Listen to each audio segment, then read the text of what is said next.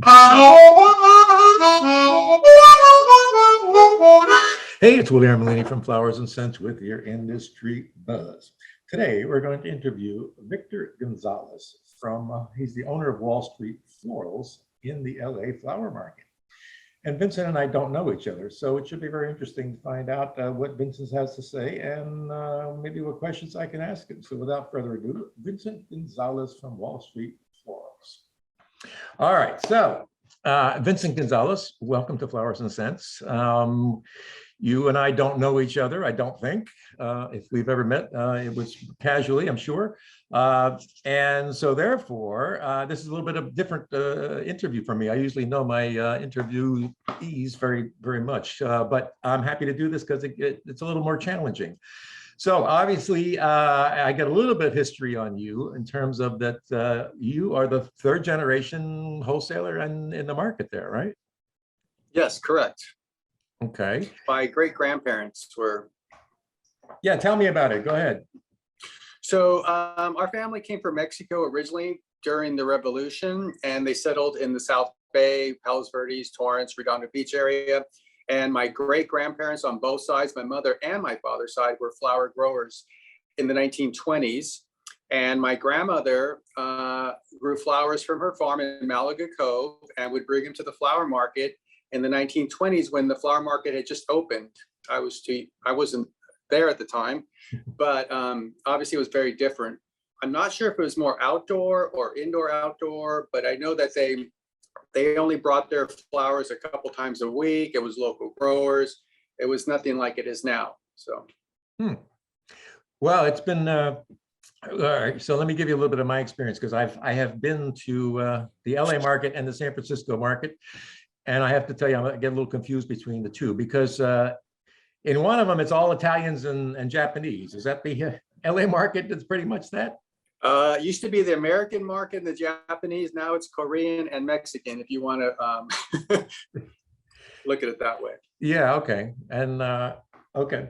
Yeah. Well, there's and you have some Italians there because you got some Milanos there, and they're one of the few Italians left. Yes. Yeah. But am I correct? It was originally a very Italian and Japanese, or am I confusing that with the San Francisco market? It could be San Francisco, but I know that there's two main markets that have been there since the 1920s, and one was called and still is called the Japanese market, and very few Japanese are still there.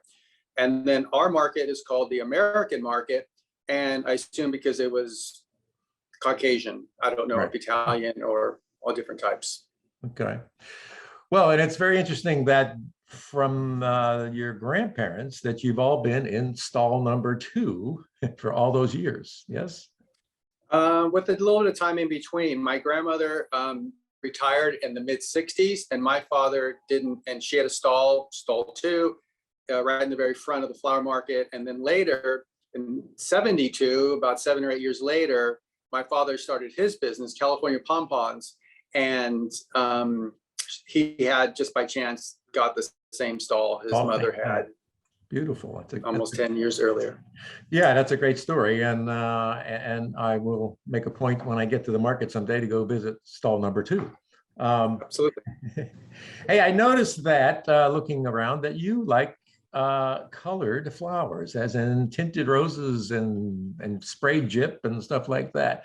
And that's interesting to me because my experience in being in the business so long is that you love them or hate them.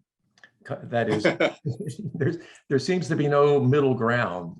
And those rainbow roses, I see you feature those. Have you seen how they're made? They're very cool. No, I've never seen how they've been made, but I do know how they're made. I haven't seen it in person. It's a little bit complicated. They actually cut the bottom of the stem into quarters, yeah. And then each quarter goes into one little test tube of dye, which means that it's drawing 4 different dyes at the same time. Yeah, it's a very clever process. I think the Dutch invented it, and interesting. I believe, and then I think the South Americans ripped it off, if I'm not mistaken. Everybody was. Well, they've got the cheap labor to do it. So it's very labor. It's a very labor intensive, you can imagine, job of cutting each stem, quarterizing it, or cutting it in thirds, putting them in test tubes, letting them sit there long enough to suck up the dye, and then pack them and harvest, then ship them. It's amazing they last so long, actually. Has your experience been good with them? People love them or what? Yeah, we handle some rainbow roses, not big volume, but we do a lot of painting, baby's breath, pom-poms, anything that can be colored. We like it, hydrangeas, things like that. I read an interesting article on the fact that I think people were buying flowers at Walmart for Mother's Day, I think, and found out they were painted. And they were like freaking out saying, I didn't buy painted flowers, I bought real flowers, but they are real flowers. It's an interesting thing because painted, now this gyp is pretty much sprayed. I don't think it's some stem dyed, right? There are different types. We do our own. So our colors are spray painted, which makes it look a little different and unique compared to the stem dyed ones that come from South America. Yeah, and I think the problem with the stem dyed is they tend to bleed into the water. That's true, yes.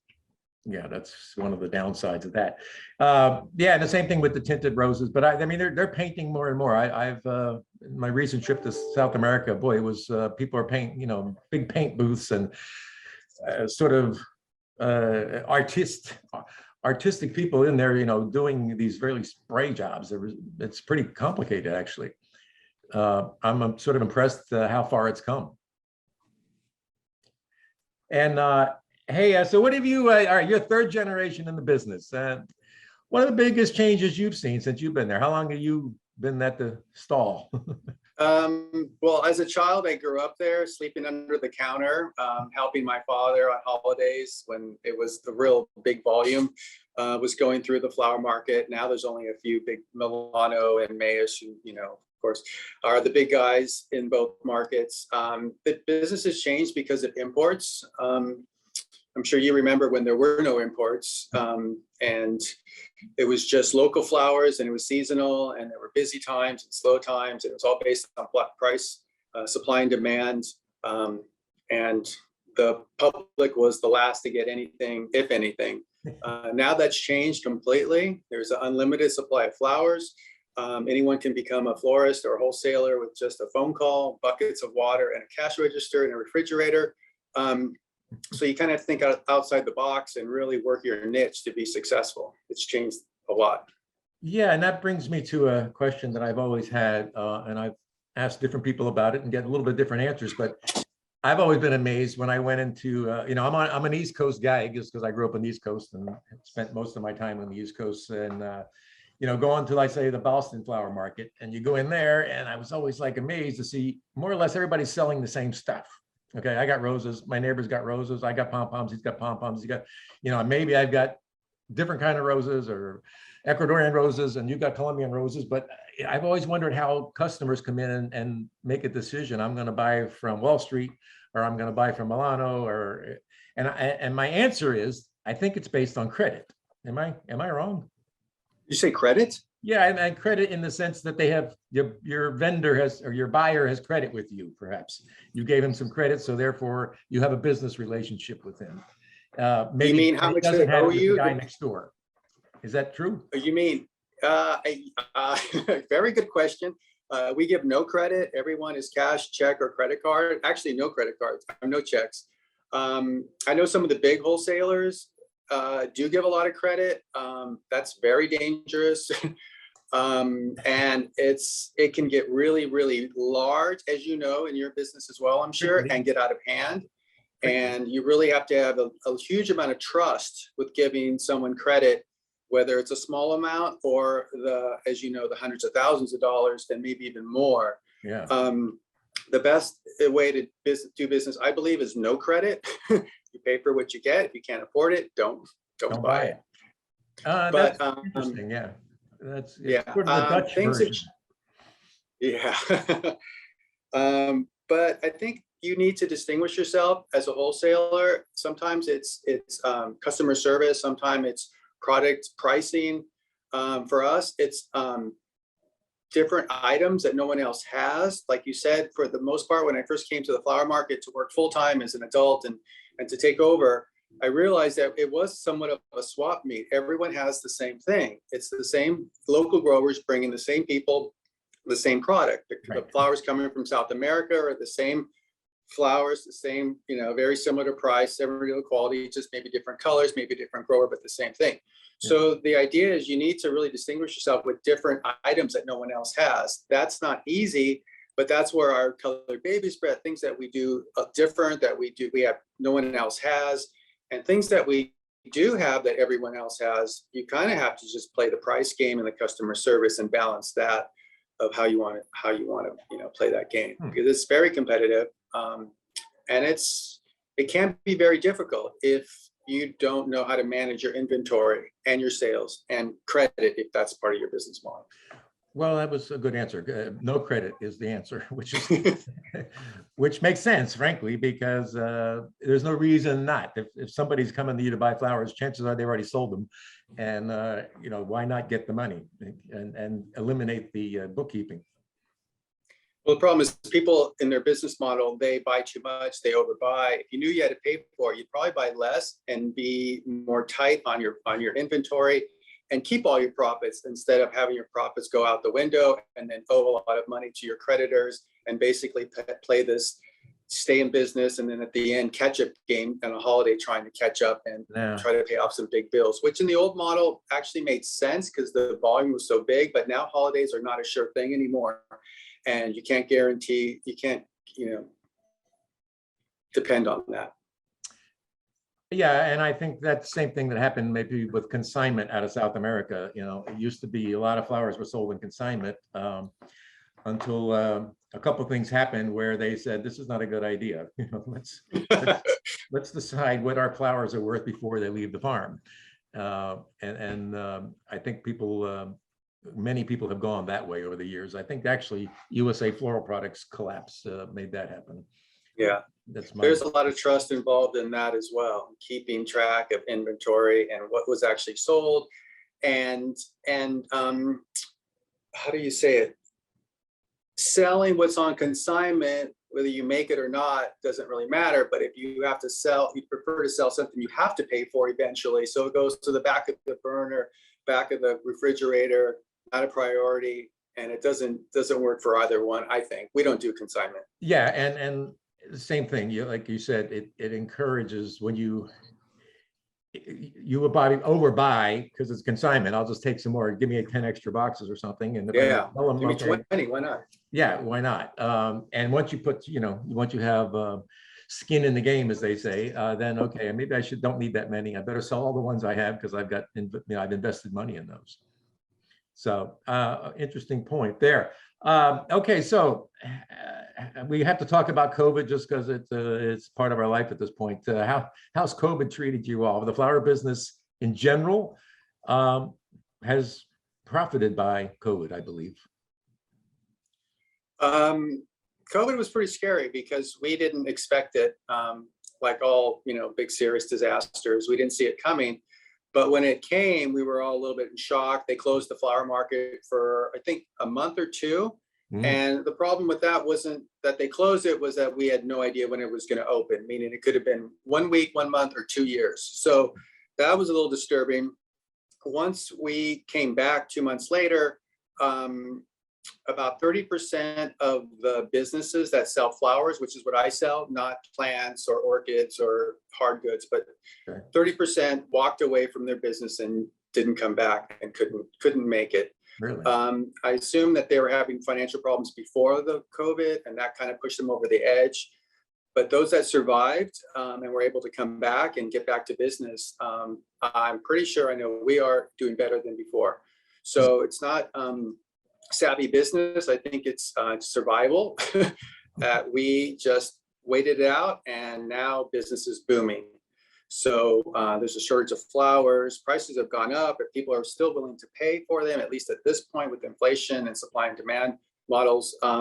So we have no complaints. So we're just fortunate to still be here and doing well. And no one knows what's going to happen in the future, whether it's an earthquake, a war, or another COVID. Just have to be ready to pivot and go forward and change your plan and have a strategy, whatever that might be, and try to do your best. Yeah, it's interesting. We have all these disasters sort of looming. Here in Florida, we worry about hurricanes. Okay, is there a hurricane coming? Did somebody? woke up and there's a hurricane coming. Oh, good. Earthquakes are- earthquakes. Yeah, at least we know about those earthquakes. You don't get no warning. I was sitting in some growers in California somewhere, and the building started to shake a little bit. This is a few years ago, and I was like, what's going on? I thought somebody was coming down the stairs, and they said, oh, we should walk outside right now. I said, okay. So yeah. That's why we like earthquakes, because there's no warning. You just have to deal with it when it arrives. These hurricanes, you have to board up your houses and do all this work and all this preparation, and it misses you. So it's a waste of time. Well, there have been many, many a times I have done so. Yeah, put up the boards and put up all the stuff and about killed yourself. And then it didn't happen. And then But you have to, because if it does happen, it could be serious. Yeah. Well, I've tried to fortify myself as best as possible with the impact windows and impact doors. And because when you close your house up, it becomes a cave. You close off the light, so you don't know what's going on inside or outside. It's really not. Wow. Fun. It's not Yeah, fun. that sounds more scary than earthquake to us. Hey, do you have any idea who I am? Yes. Do you get my emails by any chance? And are you on my mailing list? And no, I'm not on your mailing list. I only know who you are by your trucks. By my last name. Okay. Yeah, that's the only thing I know. Okay. Well, I'm briefly, I'm sort of the other brother, I call myself, because I left the family business in '94 and I've been sort of on my own ever since. My brothers and my sister and now nephews are running the company. Oh, I didn't know that.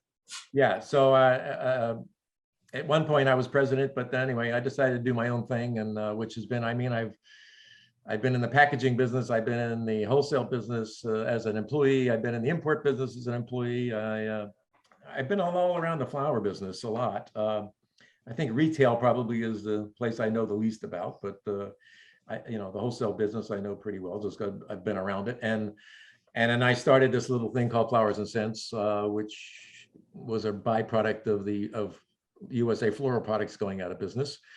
And I turned out I had an online medium for the flower business when all the print publications were going out of business. So.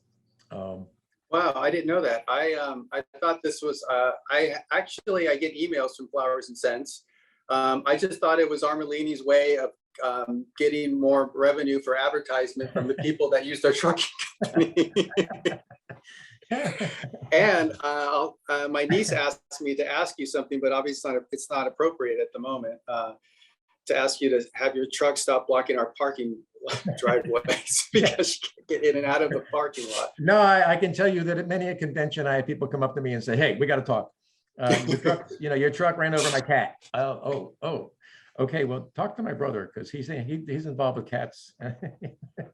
So we've, I've sort of been on my own and doing my own thing here, and it sort of led me to this ability to call people up and say, hey, let's talk about the flower business.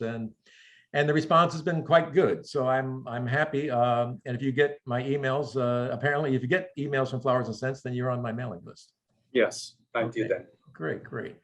Hey, well, Vincent, I thank you for your time here. As this goes, 20 minutes goes really fast. And I like to keep them this short so people actually watch them. But I thank you for your time, and I appreciate what you're doing. I mean, it's a third generation. Armelini anyway is in third generation now. So it's beautiful when that happens. Yeah, I agree. Thank you for having me. Well, it's my pleasure. And thanks for Kelly, because she pulled it off. So we'll go from there. So thank you and have a great time. I'll publish this probably on Tuesday. Excellent. All right. Stay safe. Have a great day. Thank you. Cheers.